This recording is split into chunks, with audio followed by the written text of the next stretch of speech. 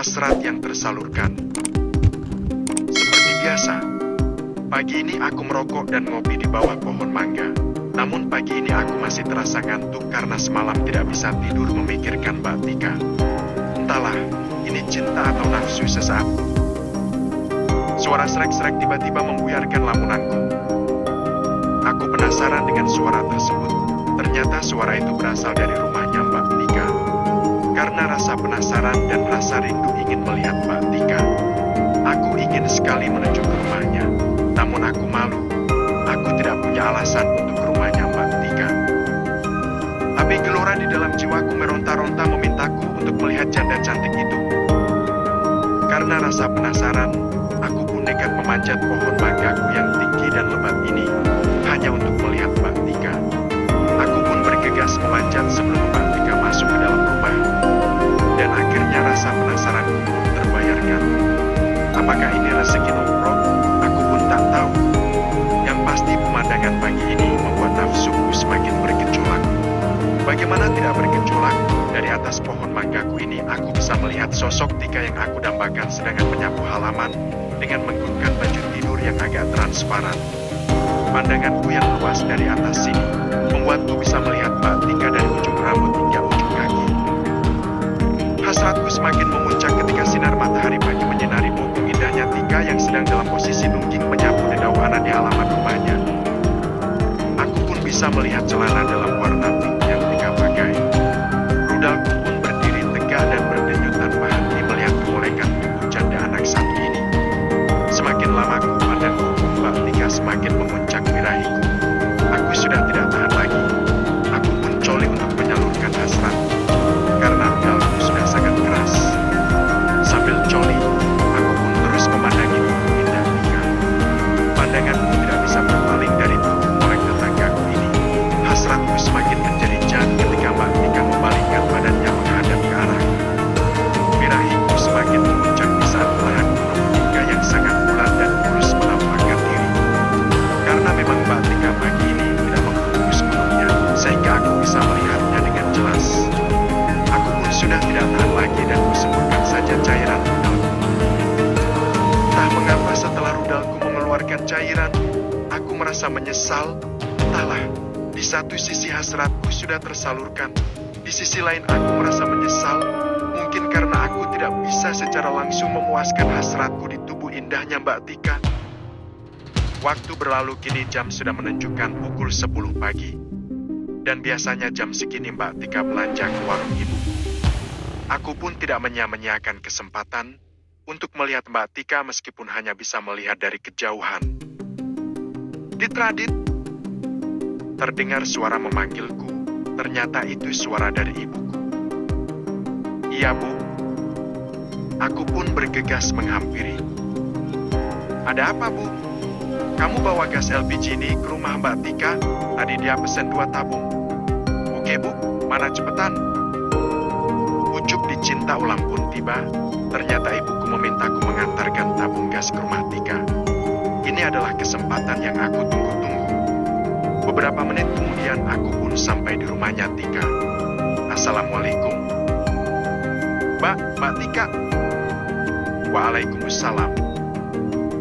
Ternyata kami, Dit. Iya, Mbak, di tabung gasnya. Iya, Dit, taruh di situ aja ya. Oh ya, Dit, uangnya udah Mbak kasih tadi sama ibu di warung ya. Iya, Mbak, udah dikasih tahu sama ibu. Oh ya, Dit, kalau kamu Gigi sibuk, boleh Gigi Kak, aku minta tolong sama kamu. Boleh banget, Mbak. Kalau boleh bisa bawain ke dapur tabungnya, Dit. Sekalian ambil tabung yang kosong. Oke, ayo dah, Mbak. Aku pun kegirangan. Ini kedua kalinya aku masuk ke dalam rumahnya Mbak Tika, namun kali ini bukan sekedar ruang tamu, tapi sampai ke dapurnya yang berada jauh di belakang. Seperti biasa aroma wangi tubuh Mbak Tika selalu memikatku, membuat pikiranku melayang entah kemana. Padahal saat ini, Mbak Tika berpakaian tertutup, menggunakan baju kaos dan rok panjang. Namun tetap saja keindahan tubuh janda yang satu ini membuat jantungku berdetak kencang, dan rudalku menggeliat ingin meluncur keluar dari celanaku. Sekalian saya pasangin tabungnya ya, Mbak. Jika usah, Dit, Mbak bisa pasang sendiri. Jika papa Mbak sekalian. Ya udah, kalau mengacung ngerepotin, Dit. Oh, mengacung. mengacung kok, Mbak. Padahal hanya akal-akalanku saja supaya bisa lama-lama di dekatnya Mbak Tika. Oh, Tom, Tika. Suara orang di luar memanggil NPK Tika, membuyarkan semua imajinasiku. Tika. Hei, Bu. Ternyata itu Bu Sri, mertuanya Mbak Tika yang datang bawain Tika sesuatu. Bu Sri. Tika, kamu lagi ngapain dan sama siapa di dapur? Radit. Pagi, Bu. Aku pun menyapa Bu Sri. Bu Sri. Oh, ternyata kamu, Dit. Kirain siapa? Radit. Hehehe, iya Bu. Tadi disuruh ibuku bawain tabung gas buat Mbak Tika dari warung. Mumpung aku mengacung sibuk jadi sekalian aja saya pasangin, Bu. Bu Sri. Iya, Dit, makasih lo udah bantuin Tika. Radit. Iya, Bu, mengacung papa. Bu Sri. Oh ya, Dit, kamu mengacung kerja. Radit. Keka, Bu, hehe. Bu Sri. Emangnya kamu mengacung bantuin bapakmu di sawah, Dit? Kan kasihan bapakmu kerja sendirian di sawah. Radit. Hei, ndak buka. Soalnya bapak lebih suka kerja sendiri, Bu, daripada saya bantu. Oh yang ngomong-ngomong, Bu Sri, ini istri pertama dari bapak mertuanya NPK Tika.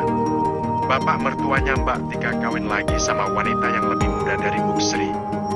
Padahal Bu Sri ini orangnya cantik meskipun sekarang umurnya Bu Sri kurang lebih 40 tahunan gitu.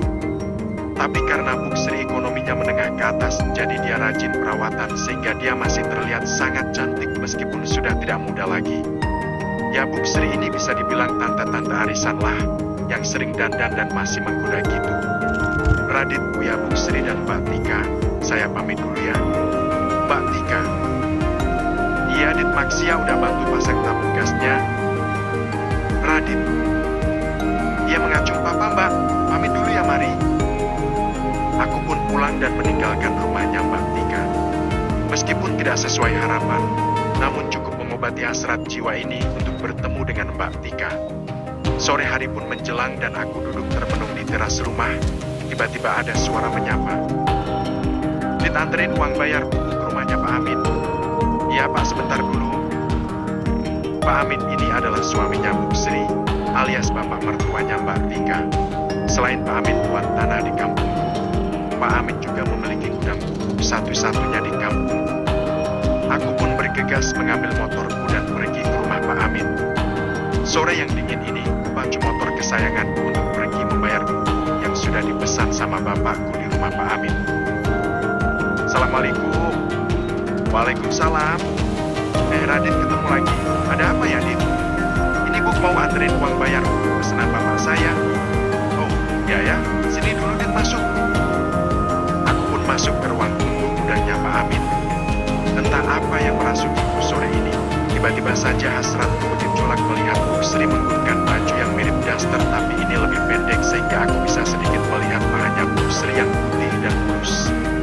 Seakan-akan pikiranku membawaku entah kemana. Apalagi saat ini Bu Sri sedang dalam posisi membelakangiku mengambil sesuatu dari lacinya. Jujur saja kebanyakan remaja seumuranku pasti akan merasakan hal yang sama sepertiku saat ini ketika melihat mulusnya lutut dan paha Bu Sri. Seolah-olah dalam sekejap aku ingin menjadi berondong simpanannya Bu Sri, karena memang Bu Sri orangnya masih seger, putih dan cantik. Mungkin apa yang aku rasakan ini adalah hal wajar sebagai remaja yang sedang bergejolak masa pubernya. Atau ini hanyalah nafsu sesaatku, karena terus membayangkan bagaimana rasanya bercinta dan bercumbu dengan wanita. Karena sampai sekarang di umurku ini aku belum pernah sekalipun bercinta dan bercumbu dengan wanita, meskipun dulu waktu sekolah aku pernah pacaran.